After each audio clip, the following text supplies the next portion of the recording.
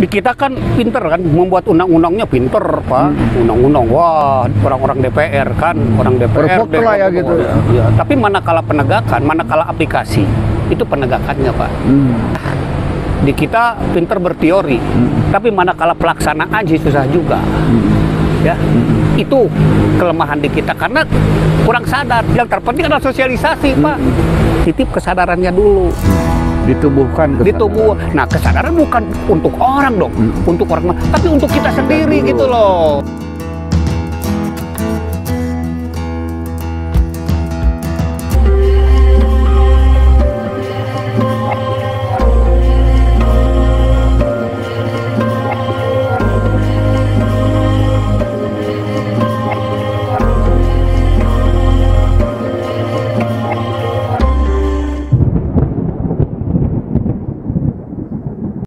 Oke, Batur Salamur Bayarasa Negara. Nah, kita kedatangan saat ini seorang ahli hukum dan akademisi, ya, Prof. Dudi Warsudin SH. Kita bicara sekarang masalah konservasi dan masalah lingkungan, ya. Oke, Kang Dudi sekarang lagi aktif di mana nih? Kebetulan saya aktif di Universitas Pasundan sebagai dosen, gitu ya, pada Fakultas Hukum. Dekan, wakil dekan pada waktu itu, jabatan terakhir wakil dekan 3 urusan kemahasiswaan. Tugas di Unpas sudah cukup kurang lebih 30 tahun lah. Ya Allah. Itu lalu beberapa bulan yang lalu saya ditugaskan oleh yayasan untuk mengelola Sekolah Tinggi Pasundan Sukabumi. Sekolah Tinggi Hukum Pasundan Sukabumi. Di situ. Itulah kegiatan-kegiatan akademis, ya. Akademisnya. KPU dijelaskan. Oh, ya. Pernah juga saya di KPU. Jadi KPU Jabar. Kabupaten Bandung. Tapi cukup satu kali masa, satu periode lah. Satu periode. Sebab apa? Cukup pusing 5 tahun juga karena menghadapi orang-orang politik praktis. Jadi aduh cukup migren lah ya. Seimbang dengan remunerasi lah ya. Remunerasi.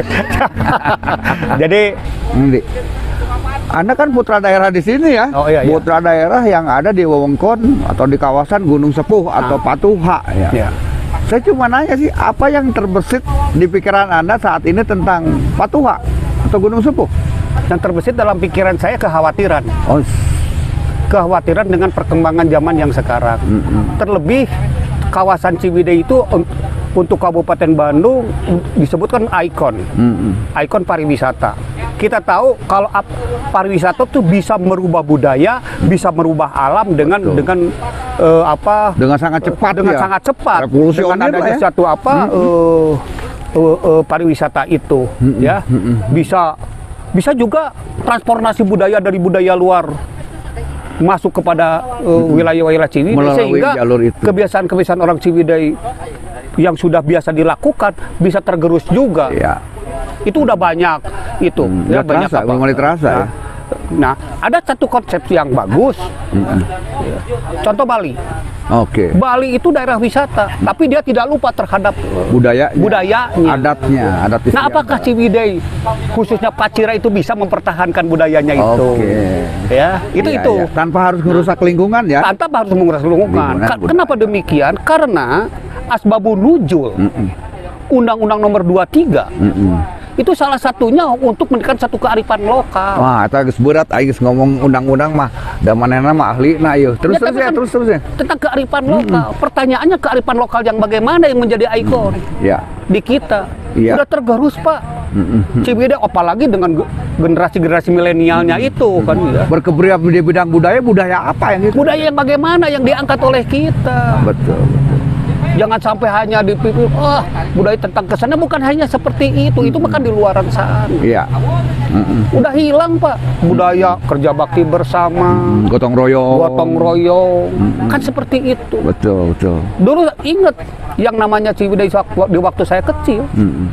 Itu Minggu itu bukan Jumat bersih saja, cuma programnya pemerintah juga dulu mah gotong royong, gotong royong kerja bakti.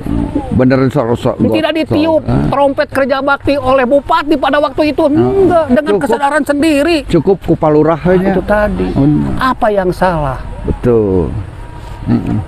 Proses ketokohan di kita hilang. Yang banyak, tapi mohon maaf ini di semua, yang banyak yang menokohkan diri. Ya. Tokoh itu tidak usah menokohkan, bisa Dengan sendirinya masyarakat menilai. akan menilai di Ya. situ. Itu. Betul. Sekarang ini nih Kang Dudi ya, hukum itu ya, manakala ada hak dan kewajiban antara person berbenturan, makanya di situ perlu hukum ya. Ya iya. Oke, itu makanya di situ ada hukum, dan hukum itu juga merupakan keputusan politik ya, ahlinya lah didinya mah. Saya tanyakan, kekhawatiran Anda itu bagaimana kalau kita mengkorelasikan dengan hukum yang kita perlukan? Begini, berbicara tentang hukum, apa sih tujuan hukum? Ya. Tujuan hukum dulu. Ya, kalau di kita kan ngomong hukum itu berbicara identik dengan undang-undang. Ya. Kenapa demikian? Karena di kita dipengaruhi oleh Eropa kontinental. Ya. Gitu ya. Kontinental ya. Nah, saya tidak berbicara mana yang paling bagus antara Betul. Anglo-Saxon dengan Eropa kontinental, tidak. Tetapi masing-masing punya kelebihan dan kelemahan. Ya. Itu tadi. Berbicara tentang tujuan hukum kan minimal kan ada 3. Ketertiban, kepastian, dan keadilan, dan Ya. kemanfaatan, kegunaan. Kemanfaatannya itu ya. Ya. Oke. Nah itu di situ. Jadi manakala peraturan perundang-undang yang ngomongnya hukum, hukum ada dijangelekan menjadi undang-undang, apa manfaatnya? Apa kegunaannya? Apa nyampe kepada keadilan? Nah itu yang penting juga, paling penting. Nah itu ya. tadi, Oke. itu kan tujuan hukum. Iya. Ya. Pertanyaannya, adil bisa dicapai tanpa tertib tidak? Oh ya, nggak mungkin. Hah? Iya nggak? Kepastian akan dicapai tanpa tertib tidak? Iya. Kepastian akan menimbulkan satu ketertiban akan menggapai tentang keadilan. Itulah tujuan daripada berbangsa bernegara. Itu ya. di situ. Oke. Yang tadi ini mengenai kekhawatiran nih, saya ingin ngorek juga. Kekhawatiran bagaimana sih cara menanggulangi supaya kita tidak terlalu khawatir. Artinya kalau kita tidak terkhawatir, artinya kita nyaman kan? Ya. Nyaman untuk hidup hari ini, nyaman untuk masa depan. Gitu. Betul. Nah, bagaimana nih menurut Kang Dudi ini? Kekhawatiran ya, kekhawatiran. Kan saya tadi kan berbicara tentang kekhawatiran. Kekhawatiran itu untuk siapa? Kekhawatiran itu untuk kita sendiri, untuk keturunan kita, kan begitu. Iya. Ya. Yang paling utama kalau untuk kita sendiri ya udah jadinya seperti ini. Nggak perlu dikhawatirin Kang lagi. Agus geus digahki ya Kang Agus. Mau bisa dirobah-robah dulu digahki geus mau bisa dirobah-robah. Benar. Ya kan? Benar. Tapi kekhawatiran yang paling besar itu adalah untuk generasi ke depan. Yang akan datang. Nah, kita harus disiapkan. Nah, Iya. dengan apa disiapkan? Harus dengan konsep. Kita bisa konsep dari mana? Harus tahu dulu gitu loh. Apa sih permasalahannya? Maka bedah permasalahan di Ciwidey itu apa sih permasalahan? Kawasan Patuha lah kita ngomongnya nih Kang Dudi. Kan gitu. Iya, benar. Ngomong kok Patuha. Wah, hutan di Patuha di gunung. Iya. Terlepas nanti kemana-mananya. Kalau gunung itu kan identiknya dengan hutan-hutan. Betul. Bayangin kalau hutan rusak. Apa yang nanti akan ditinggalkan kepada generasi kita? Jadi padang pasir mungkin ya. Dari sisi mana kita mempersiapkan? Iya. Kan seperti itu. Enggak seorang malah kalau disebut korban mah korban melahnya. Iya. Hutan Korban perubahan zaman. Ya gitu lah. Aduh. Tapi korbannya akan diwariskan toh ya karena begitu ya. Harus ada perbaikan. Harus ada perbaikan dengan pola apa? Oke. Dengan pola pembinaan kepada generasi. Oke. Nah sehingga kita dari sisi mana? Bukan menentang alam dan sebagainya. Ada orang sarwajeng sirem ngelawan Betul. gajah tuh. Oh dari pendidikan. Pendidikan, Generasi. edukasi, ya. Kan seperti itu. Itulah ya. Jadi yang harus diperhatikan itu dari sisi ini. Ya. Ya. Oke. Sekarang ini Kang Dudi. Ini kan Kang Dudi tahu sendiri lah kondisi alam ya. Alam. Kita ngomong alam aja ya. Ya. Di kawasan Gunung Sepuh atau Patuha ini ya. Tentunya kita juga harus melihat ya. Nggak usah pola budaya lah. Misalnya kita melihat kenyataan itu sebenarnya kan harusnya kan ada wilayah-wilayah yang harus dikonservasi. Nah, karena di sini ada biota, ada flora fauna, Ya. ada resapan air dan segala macam. Ya. Ini gimana sih, Pak? Kita tuh punya undang-undang nggak sih untuk menjaga kelestarian alam gini? Ada Pak undang-undang kehutanan ada, undang-undang lingkungan ada, undang-undang 23, undang-undang 41 itu ada. Tapi urusannya efektif atau tidak? Karena urusan hukum itu kan alat ukurnya efektivitas. Ya. Namun tidak efektif percuma. Percuma. Oke. Kan begitu. Jadi kalau tidak efektif tadi saya kan percuma. Ini akan bisa berjalan, bisa. Cuma yang sekarang dilihat itu ada pemanfaatan oleh segelintir orang, Pak. Dan memanfaatkan celah-celah dari hukum itu sendiri, dari undang-undang sendiri. Iya. Karena apapun masalahnya, undang-undang itu kan buatan manusia. Iya. Tidak ada yang sempurna. Uang yang membuatnya juga tidak sempurna. Makanya suka ada perubahan di situ. Siapa yang perubahan? Dikawal oleh masyarakat. Masyarakat kurang di lingkungan ini sendiri. Urusannya mengawal itu nggak sadar, nggak ngerti orang terhadap aturan itu dan permasalahan itu di situ sebetulnya. Makanya harus ada sosialisasi. Iya. Kita punya kelompok, punya beberapa orang yang ngomong tentang undang-undang. Ngomong apa? Ya kehutanan. Ya ngomong, pelajari dulu undang-undang kehutanannya. Iya, kita bisa bermain di mana? Itu bisa bermain di mana? Ulah nepikeun kan ngomong kehutanan karena undang-undang kehutanan nggak ngerti. Nggak ngerti. Betul. Jadi nanti diobok-obok, dipulitir-pulitir kepala kita kan seperti itu. Makanya itu masalah sosial hukum juga akhirnya ya. Ya iya teras tentang sosial hukum kan gitu ya. Tentang gejala-gejala yang hidup di masyarakat itu bagaimana kan seperti itu. Ya. Nah, itu tadi. Jadi sekali lagi kita harus ada berpihakan. Pendidikan yang sangat penting. Oke. Nah, pendidikan kan ada dua, ada formal dan ada non formal. Nah, kita dari mana? Yang biasanya non formal nih. Kalau non formal itu bagaimana? Ya, kita bikin contoh pendidikan ala Aristoteles. Ya. Supaya anak-anak datang ke hutan. Oh, hutan ini dikenalkan. Oh, ini kadak. Oh, seperti ini kadak. Oh, ini apa? Ini apa? Ini kudu kumaha. Jadi orang melihat gitu loh. Fakta nyata. Jadi bukan teori lagi gitu loh. Bukan di awang-awang ya, hanya di pikiran aja. Biarkan si anak itu jangan di apa oleh kita itu jangan dibayang-bayangi. Biarkan dia bebas berpikir gitu loh. Nah, hutan orang teruksak. Nah, akhirnya kan napaklah dari diri kita. Itu, Pak. Oke, Kondi, sekarang gini deh. Ini ya, kalau dilihat dibalik lagi ya, masalah sosial hukum tadi ya, bahwa satu aturan, satu undang-undang atau apapun namanya yang berupa regulasi ya, itu tuh sangat lemah kalau di situ tidak ada penegakan atau sanksi. Betul, benar ya? Betul. Kita gimana sih keadaannya di kita di sini? Di kita kan pinter kan, membuat undang-undangnya pinter, Pak. Undang-undang, wah, orang-orang DPR kan, orang DPR. Perfect lah ya gitu. Ya. Tapi manakala penegakan, manakala aplikasi, itu penegakannya, Pak. Ya, di kita pinter berteori, tapi manakala pelaksanaan sih susah juga.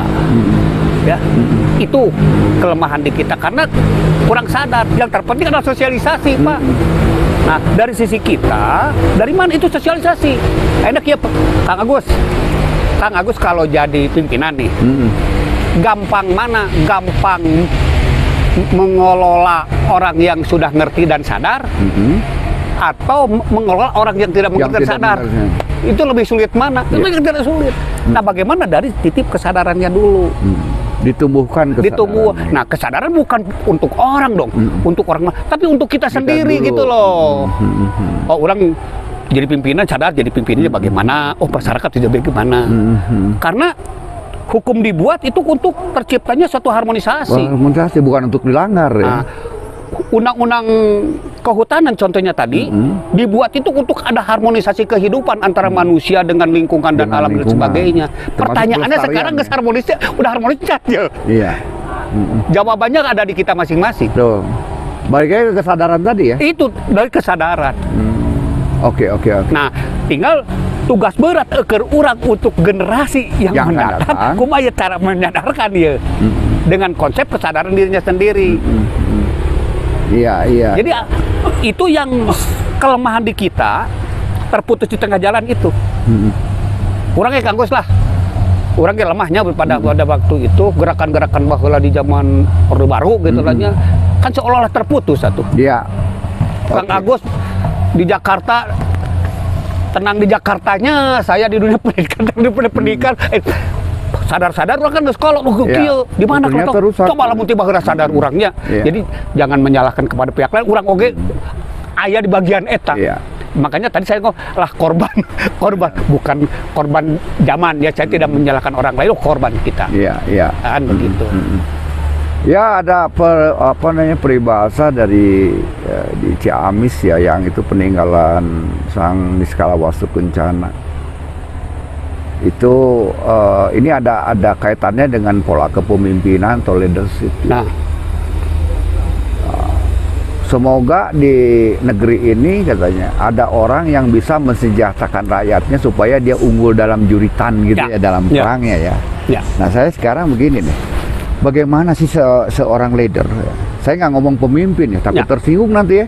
Nanti bos-bos kita tersinggung, nanti leader aja ya. Karena pemimpinnya cuma satu. Iya, kita ngomong leader aja. Leader. Gimana sih sebenarnya leadership yang harusnya diterapkan di kawasan ini nih, yang ada kaitan dengan pelestarian deh? Kan begini, harus ngerti banget terhadap permasalahan yang ada di wilayahnya itu sendiri. Bukan sekedar pemimpin. Bukan, itu modal dasar. Benar. Ya. Jadi gini, contoh gini, kita ini ilustrasi dulu. Iya. Manusia ini ditakdirkan dan diberikan pangkat oleh Allah, oleh Sang Maha Pencipta, gitu kan, khalifah di muka bumi. Itu khalifah kan pemimpin. Oh iya, benar. Pertanyaannya, yang dipimpin mana? Dunia ini. Pertanyaan, nggak nyaho, nggak ngerti, nggak mau menguasai ke dunia ini, nggak. Kalau tidak jadi budak, Pak. Betul. Pimpinan juga begitu. Ngerti dulu. Namun pimpinan Kang Agus ya, pimpinan wilayah Ciwidey, contohnya. Leadership-na ieu ngarti permasalahan naon ieu di Ciwidey ieu. Anu kudu di atas gitu. Di atas di mana heula ieu? Kan begitu. Karena setiap daerah kan mempunyai satu karakter-karakter yang betul. Pasti beda persoalannya. Itu ya enggak. Nah, karena gini, berbicara tentang masalah. Ya, itu masalah tentang individu. Masalah tentang kewilayahan. Yang pada akhirnya menjadi masalah kumulatif. Iya. Lamun di Jakarta, lamun Indonesia, masalah Indonesia teh naon ieu. Nah, ekonomi, tapi jangan parsial. Di urang mah parsial, Kang Agus. Oh, ieu mah masalah ekonomi, bener kan tentang masalah ekonomi. Aya UKE, aya naon, BLT, aya BLT, nu miskin-miskin duit beak karena tidak komprehensif. Karena di dalam bahasa undang-undang dasar dalam pembukaan, jadi gini. Kalau diandaikan negara Indonesia nih, bagaikan manusia, bagaikan manusia. Kalau saya kan tata negara nih. Oh iya, tata negara. Ya. Jadi kita ini harus punya tujuan hirup. Kang Agus kan harus punya tujuan hirup. Nah, meskipun memang hidup kudu pantare lah, konsep pantare, ngalenggang, tapi kan punya tujuan. Bangsa kita, bangsa Indonesia membentuk satu organisasi negara itu harus punya tujuan. Tujuannya apa? Tadi udah disinggung oleh Pak. Itu adalah kesejahteraan. Dan itulah di dalam pembukaan Undang-Undang Dasar 45. Jadi menuju pelabuhan kesejahteraan. Pertanyaannya kesejahteraan yang bagaimana nih? Lantas orang bertafsir. Kesejahteraan itu ukurannya materi. Atau benghar-benghar, nepikeun kainu miskin-miskin, nu benghar-benghar, bahkan ketimbang ranknya lebih, gapnya tuh lebih luas dari sekarang. Kan begitu. Ya. Lantas harus bagaimana tuh kalau begitu kesejahteraan? Kesejahteraan lahir batin, Pak. Bagaimana satu leadership, leadership kan tadi ya, manakala untuk menentukan memenuhi satu kesejahteraan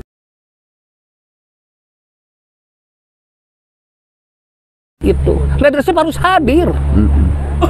Jadi pemimpin di kita harus punya leadership. Ya, leadership itu harus hadir di tengah masyarakat gitu loh. Iya. Jangan ngikut-ngikut aja ya. Ulah tuh. Jadi nanti leadership tapi ngikut-ngikut harus bukan. Dia sebagai solutif gitu loh. Ngikut-ngikut supaya dia aman. Jadi solusi kan gitu. Jadi gini, contoh Pak. Yang Nabutot penafsiran tentang kesejahteraan tadi. Bukan hanya ekonomi. Ekonomi adalah salah satu. Salah satunya. Oke. Contohnya begini. Kita mau bekerja rasa aman. Ya, kenyamanan, aman. Kita mau main rasa nyaman. Hati kan ukurannya. Oh, iya, betul. Lamun orang budak korar bobogohan aman. Ya. Nah, rasa aman itu diciptakan, dibikin itu oleh negara. Negara hadir untuk menciptakan rasa aman di situ.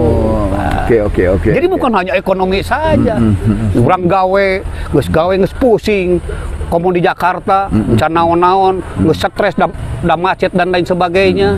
Kan itu sejahtera henteu hate. Henteu, Pak.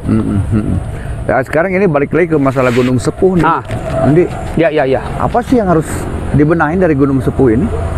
Sebenarnya Anda kan sebagai penduduk asli sini, tinggal di sini, ya kan? Nah, gimana? Kan Gunung Sepuh itu tuh ada perangkatnya kan udah lengkap nih ceritanya. Udah lengkap. Gunung Sepuh itu tadi udah dikatakan hutan.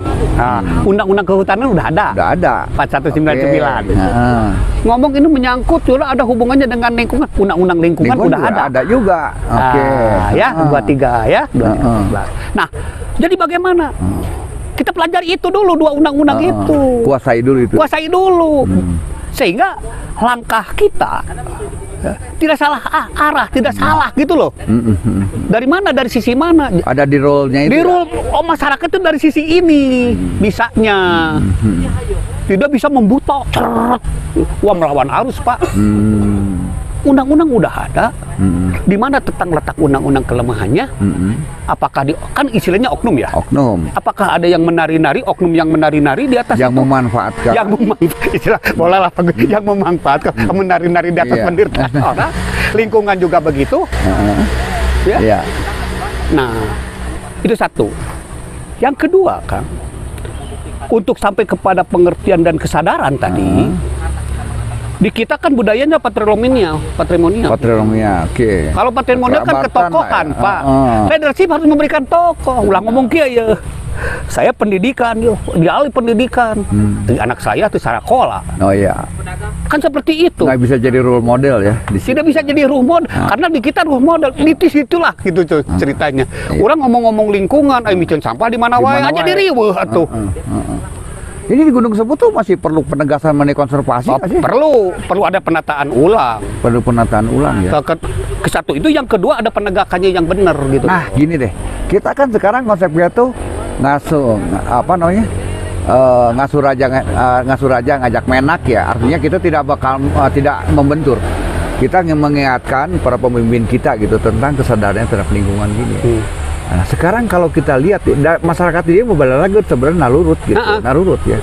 Nah, berarti ada di pola kepemimpinan itu ya. Apa yang harus dilakukan ya untuk menegakkan konservasi di kita? Percontohan, Pak. Percontohan. Biarkan gini, kalau leadership tidak memberikan contoh, kita yang di bawah memberikan contoh kepada leadership itu sendiri. Mau eraeun orang mah. Ya itu mah resiko, eraeun mah resiko. Contoh kita datang, contohnya begini. Kita hutan gunung. Pan rakyat bukan duit ya. Padahal pentingnya penanaman naon? Kan hutan, kan bibit-bibit ya. Orang boga tenaga. Di situ ada Dinas Kehutanan dan Pertanian. Nggak ngomong tentang ke itu. Boga konsep ieu meuna. Tuh iya hutan gunung. Tah rekuma saya boga masyarakat sok. Ajak dia. Kolaborasi lah ya. Sebenarnya itu kan yang boga duit ke negara tuh. Iya bener. Lamun orang kecuali lamun Kang Agus nggak jadi milioner Kang Gus. Wah mau dibawa tetat. Kan seperti itu. Orang hanya jadi konglomerat ditanam kabeh kurang di daerah jadi konglomerat. Tapi kan nanti penilaian lain. Ada maunya nih jadi dewan. Jadi gua di orang mah seperti itu. Ada maunya nih. Dewan pada orang hanya jadi presiden tuh. Kan. Nah, jadi itulah yang mesti kita laksanakan tuh apa? Bagaimana tentang penyadaran? Lalu bagaimana tentang keinginan-keinginan kita, cita-cita kita diterapkan kepada generasi muda. Nah sekarang bisa nggak? Orang baheula ya, contohlah baheula lah. Baheula namanya menyatu resep dengan Chandra Buana, pencipta alam teloba kan. Menelur nggak sampai sekarang? Iya. Potong di tengah-tengah. Iya. Aduh, ayo kumaha ya generasi. Ya. Itu tradisi apa ya? Kejadian-kejadian yang gagal melakukan transformasi. Nah, sekarang kan beda zamannya. Tapi bukan dalam arti berubah. Candra Buana jadi Candra Naon gitu. Bukan, Candra Buana tetap Candra Buana. Tapi dengan kebudayaan yang disesuaikan dengan masa sekarang. Ada transformasi lah. Kalau dulu cinta alam itu cuma gimana? Kalau dulu gimana, gitu? bagaimana orang ciptakan sorangan dan lain sebagainya dengan kesadaran, karena kesadaran yang tempo dulu zaman orang berbeda dengan kesadaran yang lain kan. Ya. Tapi di sini leadership ini atau anu disebut malah pelaku-pelaku yang dulu itu ya memberikan jalan, memberikan pencerahan kepada anak-anak. Transfer spirit lah ya. Iya. Transfer knowledge, transfer spirit mungkin itu yang contoh penting, begini. Jadi begini. Kumaha sekarang dah hese di kana geus kana gadget. Gitu kan? Geus kana gadget ya, geus kana HP ya. Bisa nggak kerjasama dengan di lingkungan aja? Siapa pendiri baheula Candra Buana tentang lingkungan? Ngomonglah dengan masyarakat, dengan sekolah-sekolah Pak, tentang lingkungan Pak, tentang apa? Edukasi lah ya. Edukasi di situ. Apa yang bisa kerjakan. Tapi dengan tetap konsepnya satu, positif. Iya, tong dituduh yang jadi dewan oke. Mahal ini jadi dewan itu. Mahal memang. Semua orang mau kabaya ya. Akhirnya pak undang-undang kajian urut penjahat masalah boga duit jadi benar. Karena undang-undang ngomong gitu. Oh boleh ya? Nggak boleh. Tidak boleh lebih dari 5 tahun. 4 tahun dihukum menang nyalon ke. Undang-undang ya? Undang-undang ngomong gitu ke muka. Batak saya ambak teh karena hak asasi manusia teh. Bener kan? Alasan HAM ya? HAM. Alasan HAM. Alasan HAM. Oke lah, orang ngomong Gunung Sepuh lagi lah. Nah, sok. Kanu Gunung Sepuh tadi. Ya. Makanya kalau kita ngomong Gunung Sepuh kan tidak sedikit termasuk kita. Wilayah Gunung Sepuh itu bagaimana? Hingga melahirkan budaya tadilah. Jadi antara wilayah itu akan melahirkan satu budaya. Budaya itu sifatnya bukan nasional tapi internasional, budaya lokal lah ya. Makanya ada local wisdom itu ya. Atau local wisdom. Undang-undang berapa tadi? Yang mana? Yang local wisdom? Ada lagi tentang kebudayaan tadi. Itu di kebudayaan. Ada di kebudayaannya tentang bagaimana tentang kearifan lokal, dan di situ Undang-Undang Nomor 23 tahun 2016 itu udah membuka tentang kearifan lokal di situ. Itu satu pasal tentang itu. Oke. Saya pingin begini, Prof, supaya undang-undang yang dibikin itu tidak sia-sia dan kita bisa mengangkat budaya gini. Bisa nggak sih kalau misalnya konservasi di kita berorientasi terhadap kearifan lokal? Bisa atuh Kang. Lebih gampang sebenarnya. Itu lebih gampang atuh Kang. Lebih gampang bisa. Pertanyaannya, kenapa saya ngomong lebih gampang? Karena tadi undang-undang itu ada, perda itu ada, itu harus dapat mengakomodir kepentingan. Jadi nggak usah studi banding ke Eropa. Sekarang yang lagi booming, sekarang itu konsep restoratif justice. Oke, restoratif justice. Jadi restoratif justice itu penyelesaian sengketa, penyelesaian pidana di luar pengadilan. Di luar pengadilan. Oke. Itu yang dikumandangkan di Amerika. Itu hasil penelitian orang Australia. Di mana penelitiannya? Di Padang. Gelote. Di Indonesia ya? Di Indonesia di Padang, dibawa ke Australia, sekolah di Amerika, jadi restoran di dahar ku urang, diberlakukan. Cek aing teh musyawarah untuk mufakat. Eta musyawarah untuk mufakat, Pak. Ya. Itu konsep Pancasila. Pancasila. Ada sebenarnya budaya kita banget. Ini budaya Indonesia banget gitu. Anu nges dihukum, dirajam, lamun ecek keluargana di Islam ya. Dihampura apa? Dimaafkan? Habis kan? Iya. Tidak bisa. Itu restoratif justice. Iya. Asalnya restoratif justice di perdata. Sekarang udah kepidana, Pak. Ya memang kalau memang adat sama hukum-hukum yang kita yang tertulis kan masih ada hukum barat di situ ya. Tapi kalau hukum adat kita kan orang dipidana itu kalau keseimbangan terganggu kan begitu. Makanya saya rada ambek ya karena undang-undang hak asasi manusia itu kan undang-undang itu Pak dari perjanjian itu internasional yang dipaksakan pada waktu itu jadi HAM itu karena IMF pada waktu itu salapan. Benar. Kalau nggak kasih pinjam. Oh itu kan mata kamu itu membahayakan peneliti mau jadi disamakan. Jadi budaya tergerus. Budaya di urang kan budaya adab, lantip, bagaimana kasaluhureun lamun ngomong ke anak ke bapak ke ibu bagaimana. Urang ayeuna mah eueuh Pak. Karena tadi bisa maratakan. Iya. dengan alasan egaliter kita menghancurkan budaya tapi kita sendiri. Sunda itu egaliter, tapi egaliter yang bagaimana? Betul, masih egaliter ada yang kerama menjunjung di tinggi situ. budaya Betul. lokal itu. Jadi ini di egaliter dibuka semua, ya disarwakeun kan, seperti itu, disamakan itu. Oke lah, Kang Dodi, untuk terakhir nih ya, apa saran Anda? Ya? Saya sih apa namanya? Saya sih cuma berharap aja gitu, hanya hormatin berharap.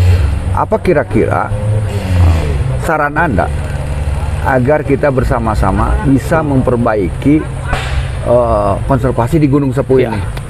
Pertama, berani melangkah. Berani melangkah. Berani melangkah, gitu kan? Karena ada pepatah, lebih baik bergerak tidak sempurna dibanding diam sempurna. Di dalam sempurna, iya. Itu kan seperti itu prinsipnya itu ya. Prinsip itu lebih baik melangkah daripada dia tidak sempurna. Benyol terjadi masalah daripada diam sempurna cicing nggak kahayang gitu. Itu melangkah. Iya benar. Jadi melangkah orang. Benar. Melangkah yang penting kita melangkah aja ya. Urusan benyol urusan naon-naon makan we. Da urang yang teu sempurna kan begitu. Betul. Nah, sekarang enak kieu. Jangan jadi wacana, Pak. Kumaha ya Gunung Sepuh teh? Kumaha geus ruksak, tapi orang beak wacana. Cuma ngomel aja. Ngomong we wungkul. Kan begitu. Iya. Cuman pertanyaan, pertanyaan yang kedua, melangkah dari mana kita? Nah, dari mana kita dari mana melangkah? Melangkah apa yang kita bisa, apa yang kita mampu. Ulah orang ngalah. Jadi jangan seperti apa si punuk menikukan bulan teh. Bulan itu yang ngomong ngalamun, lebih baik berbicara kenyataan, ya, lebih baik realistis lah ya. Ya lebih baik membicarakan gubuk sunyi dalam kenyataan daripada istana dalam khayalan gitu loh. Waduh itu. Puitis banget ya. Oke, sekarang satu lagi nih. Kalau misalnya ya kita minta masyarakat ya bukan masyarakat memintakan ketegasan mengenai RUTR kepada para stakeholder yang di kabupaten atau di provinsi Jawa Barat gitu. Menggunakan langkah itu gimana menurut? Sah-sah saja. Boleh. Karena udah aturan perda kan untuk masyarakat. Masyarakat itu subjek hukum. Iya. Kan itu. Kesiap pertanyaannya tinggal kasaha orang mentana. Oke. Pertanyaan itu kepada wakil kita yang membuatnya diri dia. Betul, dan karena mereka wakil kita ya. Kan urusan anak ayat teh arsip. Eta wongkol bener. Arsip teh. Jangan-jangan wakil itu apa tuh teh. Orang tuh ngomongin nantinya. Ya jangan-jangan. Padahal kan beliau yang membuat. Iya. Ya kita anggap kita husnuzon aja lah. Ya khusus. Nah, kepada beliau sebagai wakil kita, sebagai pemimpin kita. Pemimpin kita. Lalu di mana dinas terkait, Pak? Kan begitu karena apa yang disebut pemerintahan itu bukan hanya eksekutif daerah saja dengan DPRD, kan langsung diminta kepada wakil kita. Kalau kita rada segen ya ke gedung kita ada kan wakil-wakil kita. Benar. Kudu buka senal murunya mau da urang gedung rakyat kan. Tapi jadi sekali lagi dari mana kita melangkah.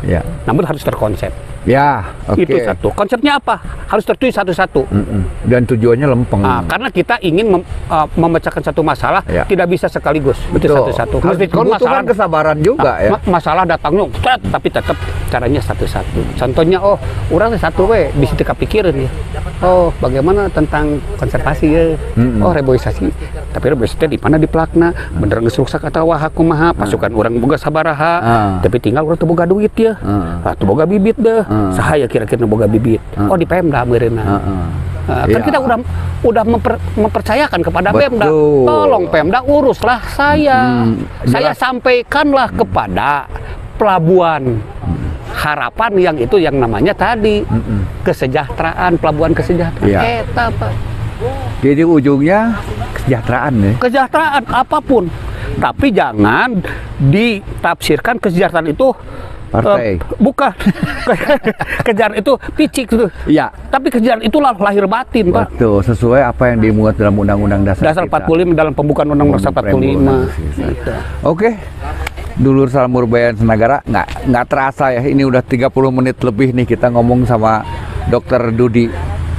tentang lingkungan ini ya, banyak hal yang kita dapatkan di sini. Terima kasih Kang Dudi. Sami-sami Kang Agus. Mudah-mudahan kita ketemu lagi ya di lain kesempatan untuk ngobrol masalah lingkungan Gunung Sepuh. Ya. Jangan ngomong masalah politik ya. Ya janganlah. Kita mah aja. fakta-fakta we. Dan orang aya di kaki Gunung Sepuh sebagai warga negara Ciwidey. Ya bicarakanlah di sini. Iya. Jadi apa yang bisa dimanfaatkan oleh masyarakat, karena manusia sebaik-baiknya manusia hidup adalah manusia yang bisa bermanfaat. Oke, terima kasih. Salam integritas.